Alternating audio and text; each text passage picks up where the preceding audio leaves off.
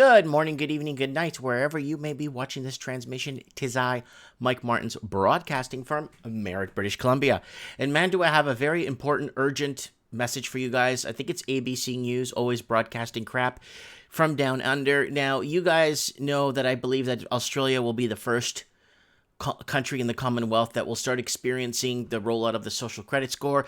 Australia will be the first to roll out a lot of things, chipping and negative interest rates, going cashless. Australia is I think the petri dish of the Commonwealth to kind of. Canada's a little scared because America's south to us and America still have guns, so Canada's a little bit scared to kind of play too much in the fire. But Australia, it's an open it's an open stadium. It's an open Rome.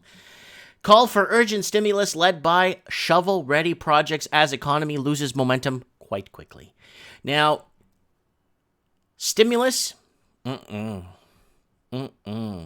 they actually put this in day-to-day English, calls for urgent money printing, or taxpayers will pay later for this money, if they actually put this into day-to-day English. Global consulting firm EY is warning the Australian economy is in urgent need of more stimulus, more taxpayers' money, or more ways for the working poor or middle class to basically flip the bill, right? And is encouraging the federal government to go green light more shovel-ready infrastructure projects. With Australia's economic growth at its lowest level in a decade, economists are urging politicians to move quickly. Come on, politicians. You got him in this mess. Now you got to get him out of this mess. Come on. We got 8 minutes left on the clock. We can still tie this up. The economy is losing momentum quite quickly. The growth base is narrowing. The headwinds from offshores are rising, EY chief economist Joe Masters warned. Even if the Reserve Bank cuts official interest rates again tomorrow, which we'll be keeping an eye on, she doesn't think it will be enough to stimulate the sluggish economy. I said in a video, guys, it's a video. I'm standing outside, and in all seriousness, I'm outside on a beautiful sunny day, early. If Australia is one of the worst countries, and because of their debt to personal growth per family, families, for every dollar every family makes or per household, they got to pay back two. It's not working. It's not working. You can't borrow more to continue consuming. You can't keep. The cycle's going to break down eventually, whether you get hurt at work or you get laid off, or there's lightness in the jobs, light jobs and layoffs and stuff, or you go to part-time. So it's an absolute perfect storm ready to collide with your negative interest rates coming on the hinging on, everything just coming together and just right at the same time, and that's what's going to happen. So I said that Australia has to go to -7 rates, -7, to actually balance their books. To actually balance, they need to go to -7 interest rates. Interest rates need to go to -7. That's how bad it is. That's how they have to help people pay back those mortgages that they couldn't afford to take out in the first place. That's just my opinion. I don't know anything, so don't listen to me. And while the RBA and federal governments agree infrastructure spending will be an important stimulus, Mr. Masters believes it is so-called shovel-ready projects that will be most effective.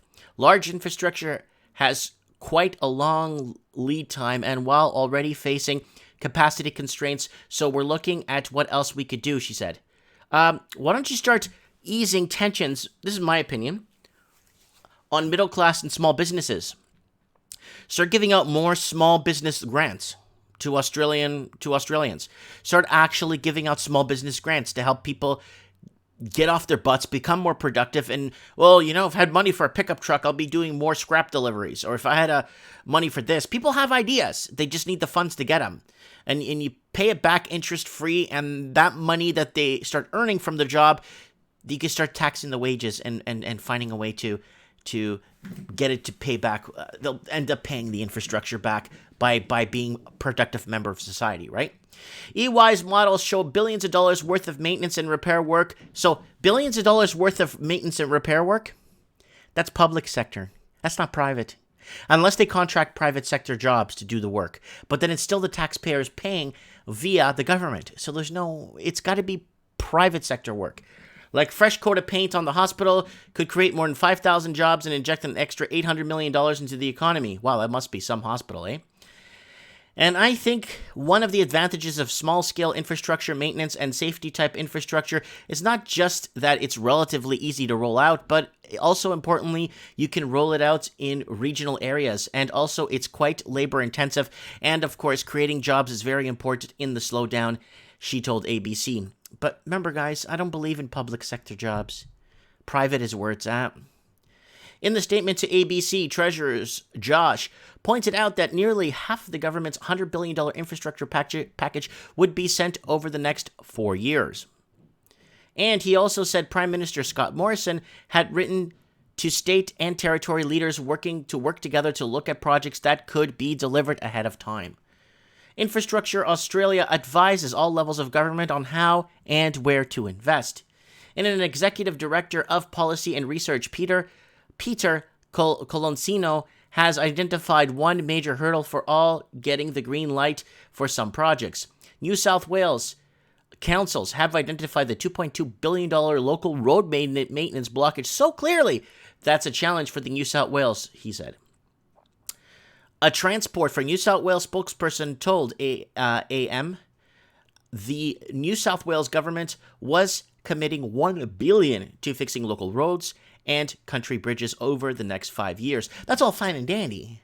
But unless they hire private sector contractors to do the work, then I would feel more at ease of it. But I hope they do that in Australia. It's all private sector contracted companies. But not the ones that you have to kind of threaten them with lawsuits if they don't do the work. Then they'll go out and do a sloppy job. You know what I mean? And would continue to work with the review how assets were managed, and with uncertainty over potential economic shocks of Brexit and the U.S.-China trade war. Ms. Masters said EY's modeling also showed the bigger tax cuts for low-income earners would give the Australian economy more support. Yes, it will. Tax cuts will, but they're going to make it up somewhere else. They might raise taxes somewhere else. That's the problem. There will be tax cuts. Oh, that's great. But it's going to be made up somewhere else. You can't keep going without making it up. Believe me on this. Believe me. The expansion of low and middle income tax offset is one example where is focused on the low and middle income earners who tend to spend more than they save. That's the problem. She said they have higher marginal propensity to consume. You also stimulate through lump sum payments, but obviously through the income tax and changing weekly or fortnightly pay packets. Okay, so I'm not sure what those things mean because I don't live in Australia, but I could tell you right now. Here's the key points. She says regional areas would benefit. Treasury Josh says nearly $100 billion in infrastructure, which is nice, but it needs to be outsourced to private sector and non-complaints companies that they dealt with before, and they keep rehiring them 30 times in a row, and they do garbage work. It's got to be like, who wants this contract? Who's going to really work for it, right? That's what the government needs to stop doing. The government, as it goes through the middleman, which is the government, when they distribute these jobs, they needs to be distributed fairly because it would take away from the good contractors out there. And some of the contractors they don't hire is because they're too expensive, and maybe it's because they actually pay their workers well and they actually take care of their own. So you got to, the city and the councillors and these super committees need to really look at the bigger picture when it comes to hiring outside the box and kind of keep the keep things infrastructurally sound, right? So let me know what you guys think. Right now, Australia is in so much trouble. They're going to be unrolling the social credit score first. They're going to be unrolling the negative interest rates if they need to. They have to. I made this video like in the summer, and then I made one in March last year that even if Australia went to 0% interest rates, they couldn't make it. This was March last year. I made a video saying that, they might lower rates again in Australia, blah, blah, blah. And I'm like, go ahead. It needs to go to -6 or 7. I know, it sounds crazy, lucrative, but that's where it needs to sit for their books to balance. Governments are spending more than what they're taxing. Plain and simple. In with the yang and out with the wang, or I don't know how it goes. But let me know what you guys think in the comments below. I'd like to know urgent stimulus. What is happening? Is Australia going to start pumping up their public sector jobs in response to making their balance sheets look good when the next quarter is up for growth, for people looking for growth, people looking for people to be more, how do you say, calm? Relax, investors. Don't panic. It's all good. We got this under control.